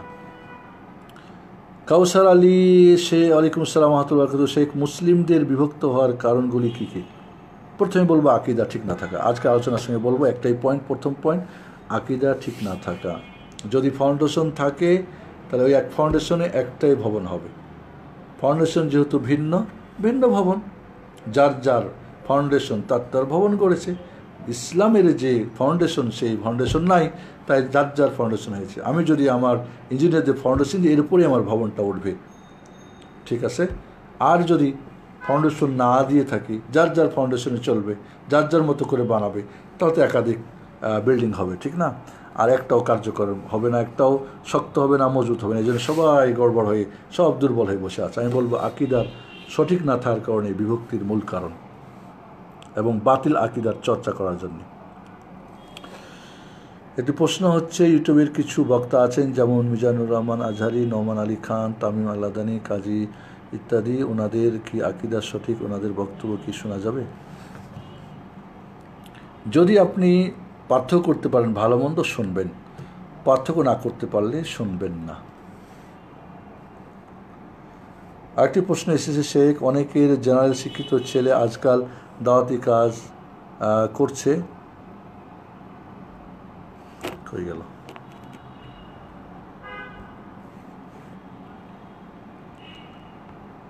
তাদের আকিদা ও দাওয়াতি কাজের ব্যাপারে কিছু পরামর্শ। প্রথমে বলবো যে আপনি যা সঠিক যদি জানেন, আগে নিজে সঠিকটা জানবেন, জানার যেমন প্রয়োজন, আপনি নিজে আমল করবেন। অন্যকে সঠিকভাবে জানানোর পদ্ধতিও জানতে হবে। ডাক্তারি পড়লে কিন্তু হয় না, ডাক্তারি শিখতেও হয়। ডাক্তারি না শিখে কেউ ডাক্তারি না পড়ে কেউ ডাক্তারি করে, অন্যায়। আবার ডাক্তারি পড়েছে ইন্টার্নি করে নাই, তাহলে সেটাও অন্যায়। ইন্টার্নি করেই যদি বড় বড় চিকিৎসা করে, তাহলে সেটাও অন্যায়। তাই আমি বলবো আপনি যতটুকু জেনেছেন সঠিক ততটুকু আপনি দাওয়াত করবেন। আপনাকে বলবো আগে আপনি কনফার্ম হবেন, জিজ্ঞাসা করে নেবেন। কোনো বিশ্বস্ত বই হলে হ্যাঁ কনফার্ম আপনি বুঝেছেন, বুঝের মধ্যে ভুল হতে পারে, একজনকে যদি আপনি যাচাই বাছাই করে নেন। টিচার দরকার। আপনি মনে রাখবেন, অনেক বড় বড় পণ্ডিত যারা টিচার ছাড়া পণ্ডিত হয়েছে, এরা বহু বাতিল দিয়ে ভরে দিয়েছে হকের নামে, ঠিক আছে। নিজের জ্ঞান বুদ্ধিকে কোরআন সুন্নাহর উপর চালিয়ে দিয়েছে, আবার বাতিল ফেরকাদের প্রভাবে প্রভাবিত হয়েছে। এরকম বহু পণ্ডিতরা, তাদের লেখা তফসির আছে, তাদের বহু বইপত্র আছে, কিন্তু তারা বাতিলে চলে গেছে, কারণ তাদের টিচার নেই। এই জন্য আমি বলবো যে যারা শিক্ষিত ভাইদেরকে বলবো, টিচার আপনি করেন। ডক্টর জাকির নায়েক জানেন যে ওনার অনেকগুলো মাদানী শেখ আছে, সব বিষয়ে ওনাকে রেডি করে দেন, সেগুলিভাবে তিনি করেন। তো এই জন্যে আমরা অবশ্যই শরণাপন্ন হব রব্বানি আলেমদের কাছ থেকে, যাচাই বাছাই করে নেব, ঠিক করে নেব এটা ঠিক আছে কিনা। হতে পারে আপনার বুঝে ভুল, হতে পারে বই ঠিক লিখেছেন, আপনি বুঝতে ভুল করেছেন। এই জন্য বলবো টিচার লাগবে, জরুরি।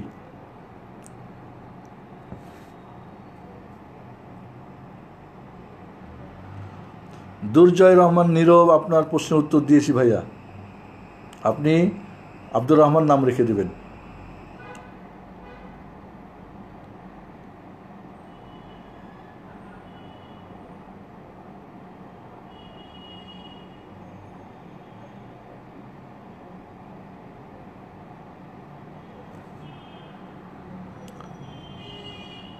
নারীরা কি পর্দার সহিত ইউটিউবের বক্তব্য ছাড়তে পারে? না, এটা ফিতনা। নারীদের কণ্ঠ লুকিয়ে রাখার জিনিস না, এটাকে আমরা যেটা কি বলি আওরাত বলি না, তবে ফিতনা, কাজেই এটা দেওয়া যাবে না। নারীরা নারীর মহরে বক্তব্য রাখতে পারে, আর যেহেতু এটা নারী পুরুষ সবাই দেখবে, এটা ফিতনা হবে, সেই জন্য এটা দেওয়া যাবে না। আকীদা বিষয়ে আলোচনা কোরআন ও হাদিসের কোথায় আলোচনা রয়েছে দলিল সহ জানাবেন। হাকিকুল ইসলাম। পুরো কোরআন আকীদার বিষয়, সমস্ত সুন্নাহ আকীদার বিষয়। কাজে আপনি কী জানতে চাচ্ছেন? আপনি কি কোরআন পড়েছেন? কোরআন বোঝেন? কোরআন যদি বোঝেন তাহলে প্রশ্ন করবেন না এরকম, হাদিস যদি বোঝেন তাহলে করবেন না। রাসূলের পুরো জীবনেই মানুষকে আকীদা শিখিয়ে এরপরে আদার্স কাজগুলি করিয়েছেন। কাজে পুরো আকীদা আপনি বিসমিল্লাহির রহমানির রহিম পড়বেন কী জন্যে? প্রতিটি আয়াত, প্রতিটি হাদিস, প্রতিটি বিষয়ে দেখবেন এগুলি আকীদার সঙ্গে সম্পর্ক রয়েছে, যদি আপনি গভীরভাবে বোঝার চেষ্টা করেন। কারণ একটা আরেকটার সঙ্গে আপনার ইবাদত, আপনি যাই বলেন জীবনে সব কিছুকে আকীদায় গিয়ে ঠেকবে। কাজে আপনি যেটাই পড়বেন, আপনি হালাল খাবেন, হারাম খাবেন না, কেন খাবেন আপনি? হালাল হারাম তো এটা আহকাম। আপনি সালাত আদায় করবেন, তো নামাজ উঠা বসা, ফরজ ওয়াজিব সুন্নত, কেন? সবই তো আকীদার সঙ্গে সম্পর্ক। কাজে পুরো কোরআনই তো আকীদা, আপনি আর দলিল চাচ্ছেন মানে?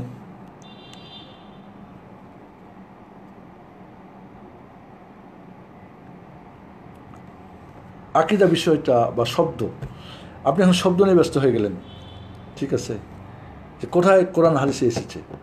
আকীদা শব্দ কোরআন সুন্নাহয় কোথায় এসেছে সেটা যা আগে জানতে হবে, যে আকীদা বিষয়টা কোত্থেকে এসেছে, কোরআন হাদিস থেকে এসেছে। আকীদার বিষয়টা কোরআন সুন্নাহ থেকেই এসেছে। তাহলে পুরো কোরআন সুন্নাহই তো আকীদা নিয়ে কথা। কাজে শব্দ আপনি যদি বলেন যে ইয়াবা কোথায় আছে এখন? ইয়াবাকে কোরআন হাদিসে আছে, ওটা হারাম বলবেন কেন? ওখানে তো খামারের কথা আছে, ঠিক না? তো এগুলি হচ্ছে মানে এই ধরনের প্রশ্নগুলো হঠধর্মী প্রশ্ন, এবং বাতিলকে প্রশ্রয় দেওয়া এবং হককে না জানার এই ধরনের প্রশ্ন করে থাকে। এগুলি বাতিলের প্রশ্ন, কোনো সন্দেহ নেই। মুহররম মাস শুরু হয়েছে, তাই আশুরার রোজা নিয়ে সমাজে পরিচিত বিদআত ও আশুরার রোজার ফজিলত যদি বলতেন। আশুরা কেন্দ্রিক একটাই কাজ, সেটা হলো কি সিয়াম, 9-10 রোজা রাখবেন, এটা হলো উত্তম। কেউ শুধু 10 রাখে তবু চলে, বা 10-11 রাখাও যেতে পারে, এটাই হলো। এবং এর ঘটনা হচ্ছে মুসা আলাইহিসসালামের নাজাত, ফিরআউনের ধ্বংস, ব্যাস এটুকুই হলো কোরআন সুন্নাহ দ্বারা সাব্যস্ত। বাকি এর বাইরে যত আছে সব কিছু শিয়া, রাফেজি এবং বাতিলদের, অন্য কিছু আর না। যদি রোজা রাখে তাহলে আশুরার রোজা, একটা রোজা রাখলে আল্লাহ 1 বছরের গুনাহ মাফ করে দেন। আরাফাতের 2 বছরের, আগে 1 বছর, পরে 1 বছর, আর এটা হলো যে আল্লাহর উপরে 1 বছরের গুনাহ মাফ করে দেন, ব্যাস এটাই হলো, এতটুকুই সাব্যস্ত। এই রোজা রাসূল সাল্লাল্লাহু আলাইহি ওয়াসাল্লাম রেখেছেন, সাহাবায়ে কেরাম রেখেছেন, এমনকি জাহেলিয়াতের জামানায় জাহেলিয়াতের লোকরাও রাখত। এটা মুসা আলাইহিস সালাম রেখেছিলেন, তার বনী ইসরাঈল রেখেছিলেন। কাজে এখন এটুকুই সাব্যস্ত। এর বাইরে অন্য কিছু যেটা আমরা করে থাকি সবগুলো বিদআত, সবগুলোই শিরিক, বিদআত এবং কুসংস্কার আচ্ছন্ন।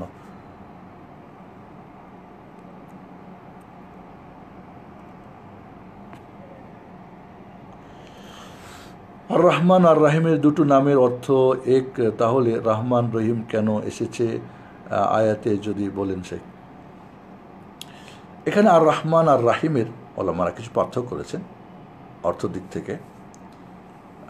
রাহিম যেটা কন্টিনিউ হয়, যেই দয়াটা কন্টিনিউ হয় মুমিনদের জন্য দুনিয়া তো আখিরাতে। আর রহমান যেটা অধিক হয়, অধিকটা কার জন্য হয়? শুধু মুমিনদের জন্য, কাফিরদের জন্য হয় না। তাহলে রাহিম যেটা কন্টিনিউ হয়, তো অর্থের যেহেতু পার্থক্য আছে, যদিও মূল ধাতু একটাই রাহমা থেকে, কিন্তু অর্থে কম বেশ রয়েছে। এই জন্য আল গাফফার, আল গাফুর, ঠিক আছে, পার্থক্য আছে মিনিংয়ের দিক থেকে। সেজন্যই দুইটা।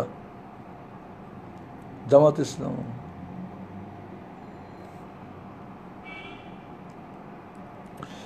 ইসলাম ও মাওলানা মওদুদীর আকীদা সম্পর্কে একজন জানতে চেয়েছে। এই বিষয়ে অনেক বই লেখা হয়েছে, আপনারা পড়েন ইনশাআল্লাহ।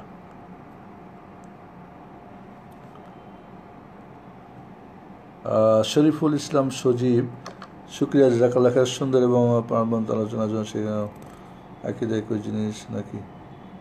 শেখ, ইমান এবং আকিদা একই জিনিস নাকি এদের মধ্যে কোনো পার্থক্য রয়েছে?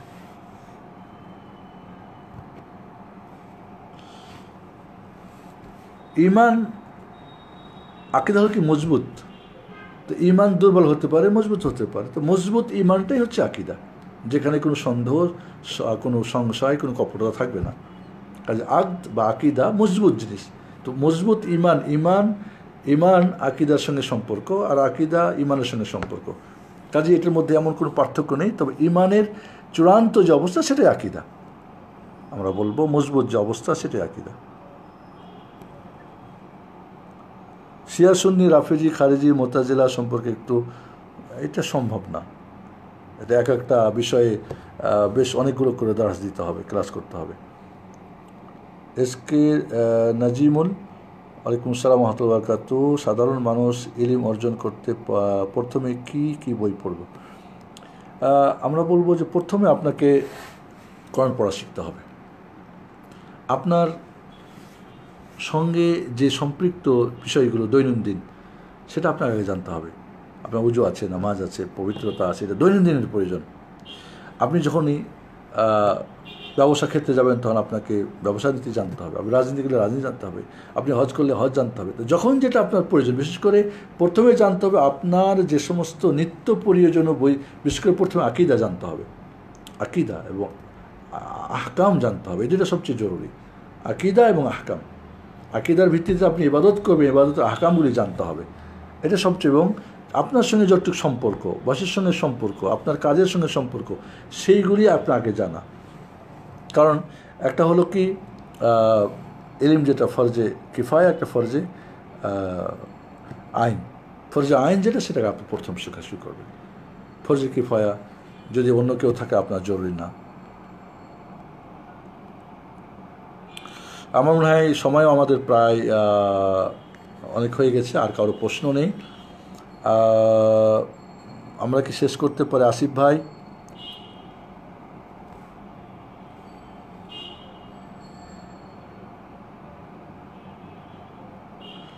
আমরা তাহলে আজকের মতো এখানে শেষ করছি। মহান রব্বুল আলামিন আমাদের আকিদা বিশুদ্ধ করে, এরপরে আমাদের আরেকটা আমাদের জিনিসে দেখা যায় আকিদা ও মানহাজের মধ্যে পার্থক্য অনেকেই বুঝে না।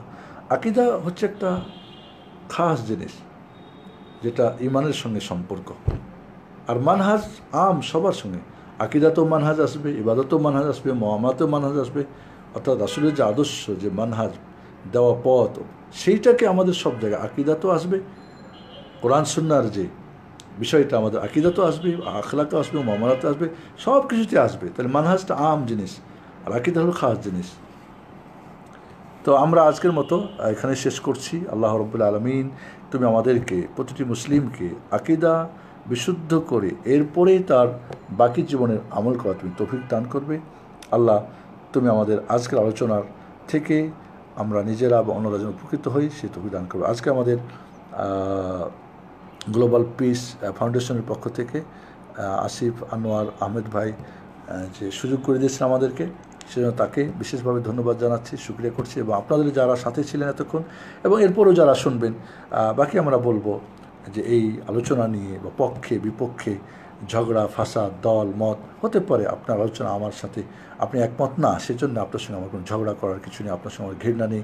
আপনি একজন মুসলিম ভাই, এই জন্য আজকে আমরা একটুতেই মত আমার মতো হলো না ও বাদ, এই ধরনের চিন্তা চেতনা, আপোষে হানাহানি বা বিদ্বেষ, আমাদের দেশের যে তরবিয়তটা, কেউ মাঝহাবি তরবিয়ত, কেউ ফেরকা তরকিয়াত, একে অপরের সঙ্গে বিদ্বেষ তৈরি করে দেওয়া, এটা বড় অন্যায়। এই জিনিসগুলি থেকে আমাদেরকে আল্লাহ যেন হেফাজত করেন, আমিন। আসসালামু আলাইকুম ওয়া রাহমাতুল্লাহি ওয়া বারাকাতুহু। জাযাকুমুল্লাহু খাইরান ওয়া বারাকাল্লাহু ফীকুম। সুবহানাকাল্লাহুম্মা ওয়া বিহামদিকা আশহাদু আল্লা ইলাহা ইল্লা আনতা আস্তাগফিরুকা ওয়া আতুবু ইলাইক।